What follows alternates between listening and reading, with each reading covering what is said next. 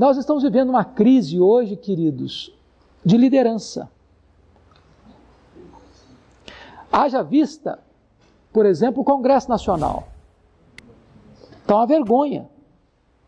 Quem assistiu os debates dessa semana no Congresso Nacional parece porta de botequim ou porta de cadeia.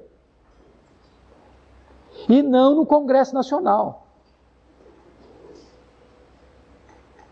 Se você perceber, a crise de integridade não está apenas no mundo político, porque, na verdade, na pesquisa feita há menos de um mês, a classe mais desacreditada do país é a classe política.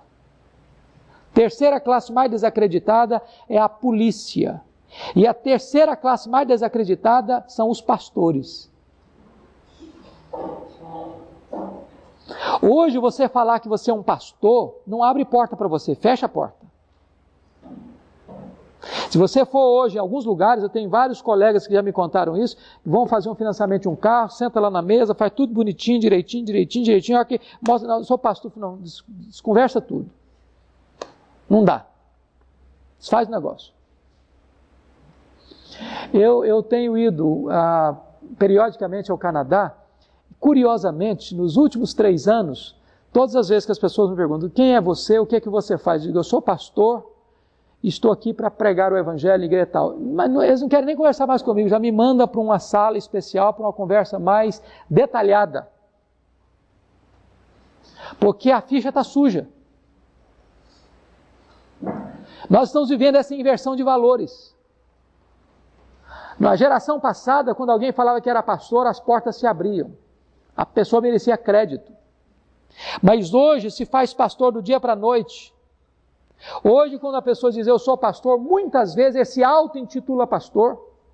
Ele funda a sua própria igreja, que na verdade não passa de uma pequena empresa familiar, onde ele vai realizar aquele trabalho como uma fonte de lucro para ele e para a família dele, onde ele vai transformar aquela igreja numa empresa familiar, ele vai transformar o púlpito num balcão, vai transformar o evangelho adulterado, que ele adultera o evangelho, num produto de péssima qualidade, e esses crentes em consumidores. Daí, verdadeiramente, a credibilidade está em baixa.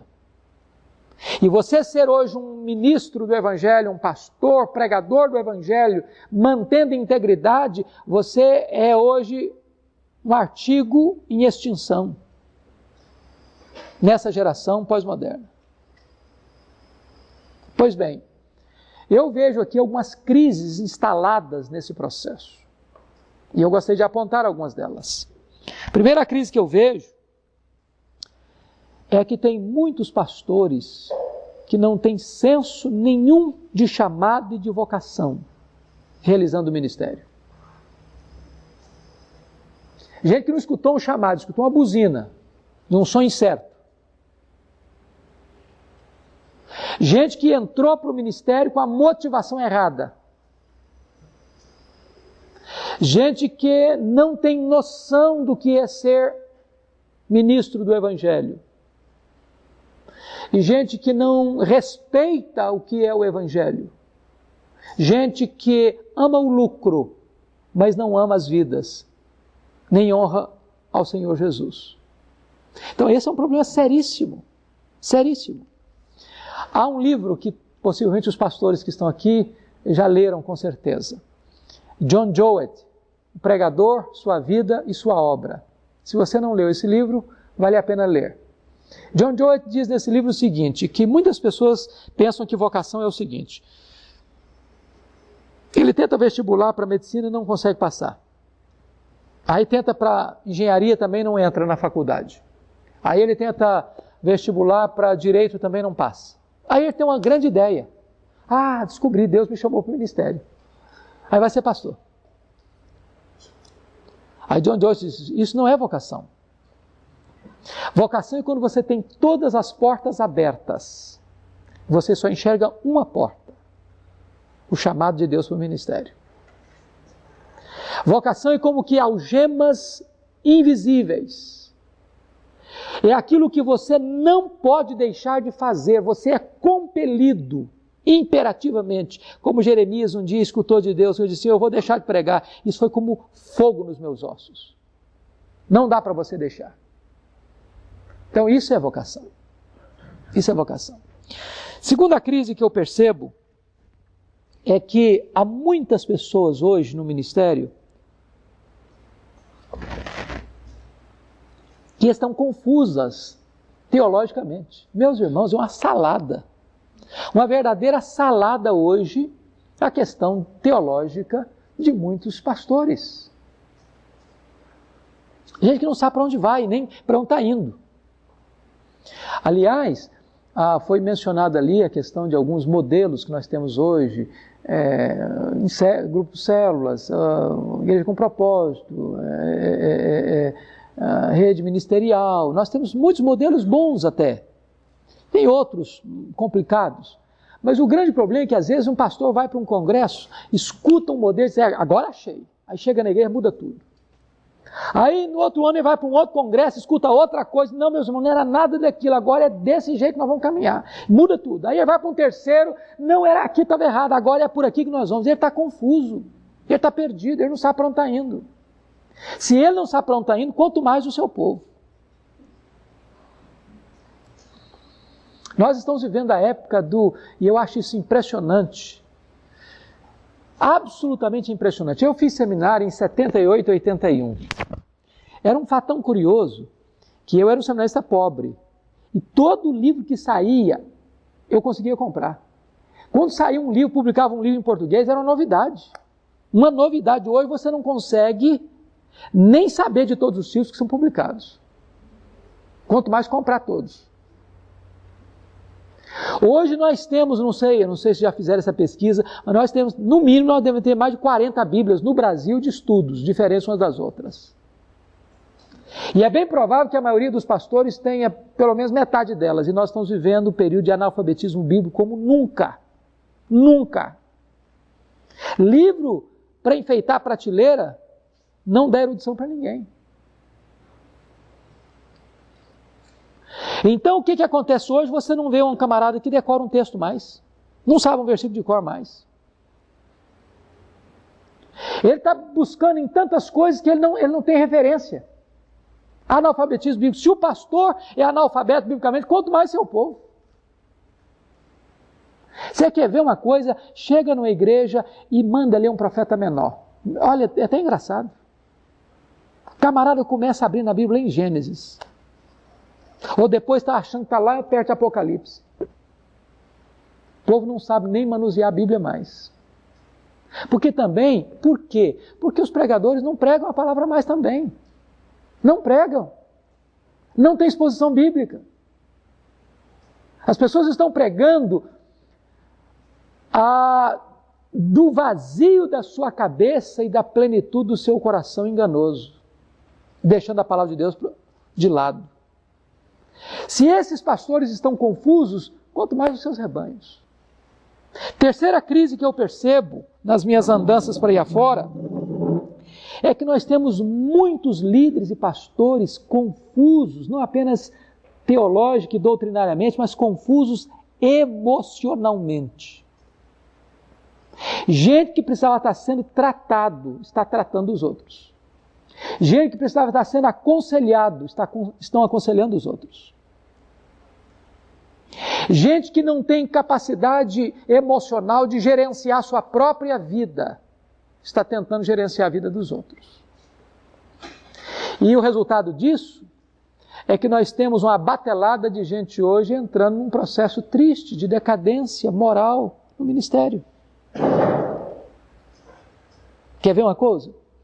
Não tem lugar mais perigoso para um pastor do que o gabinete pastoral, se ele não for uma pessoa equilibrada emocionalmente. Por quê? Porque mais de 50% das pessoas que você lida no gabinete são do sexo feminino. Mais de 70% dessas pessoas que entram têm a ver com tensões existenciais, conjugais, sexuais, etc, etc, etc. Se essa pessoa não for uma pessoa comprometida com Deus e madura emocionalmente, ela entra num terreno escorregadio. Outra crise que eu percebo nessas caminhadas. Nós temos muitos pastores, desculpem eu falar isso aqui, mas preguiçosos no ministério. Gente que não sua camisa. Gente que você liga para ele 9 horas da manhã e já responde com a voz amarrotada.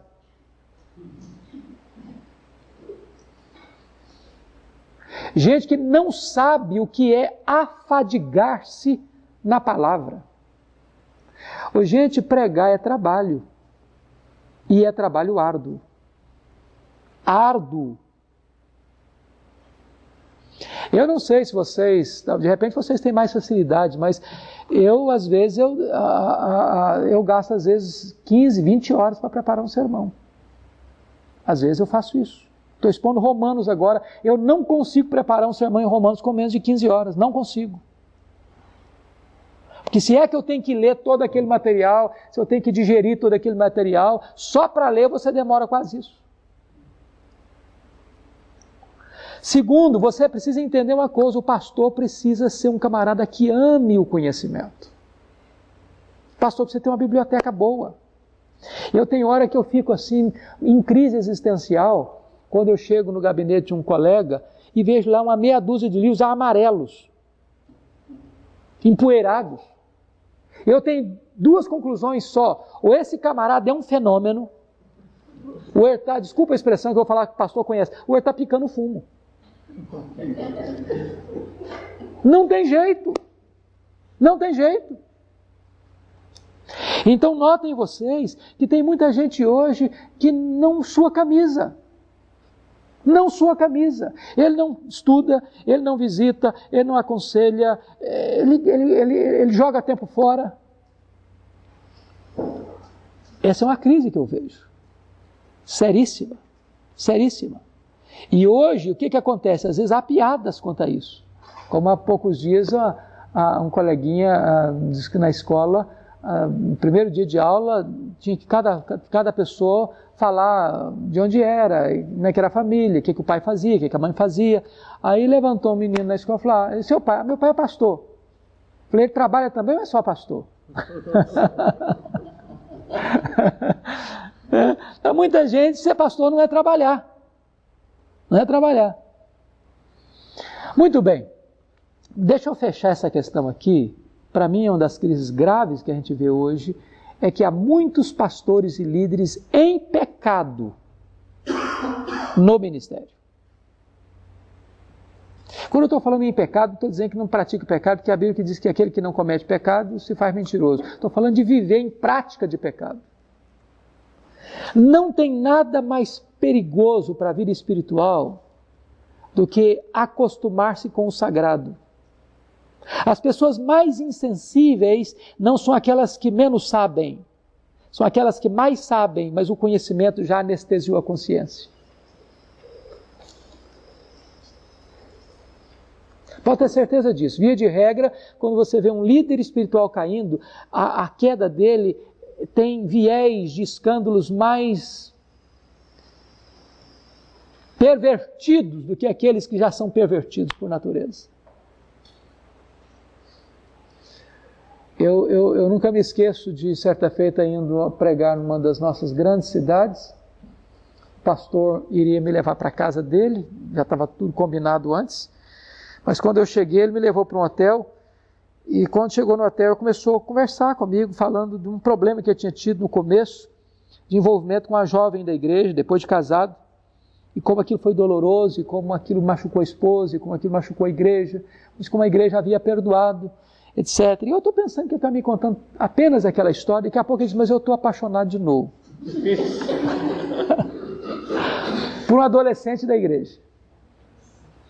E eu gastei com esse cidadão 2 horas conversando, orando, aconselhando. Lá pelas tantas, depois de 2 horas de conversa, o cara desatou a chorar. E eu, na minha inocência e imaturidade, pensei que ele estivesse chorando de quebrantamento. Depois que ele enxugou as lágrimas, ele disse: mas o meu amor por essa menina é lindo.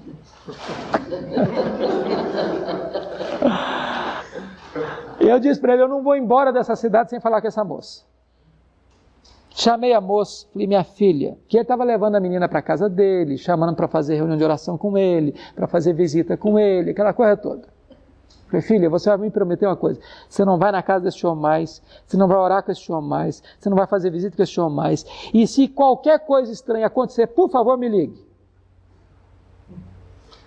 Passaram-se 5 meses, o telefone tocou, era a moça. E aí, minha filha, o que aconteceu? Eu falei, pastor, eu fiz o que o senhor mandou. E aí? Ele largou do meu pé, mas está dando em cima da minha irmã agora. E eu disse para ela, você vai fazer um favor para mim, chame os presbíteros da igreja, senta com eles, abra o verbo. Esse homem não tem condições emocionais, morais, espirituais de apacentar o rebanho. O grande problema é que muitas vezes essas pessoas só vão parar quando forem flagradas, apanhadas no ato do seu erro.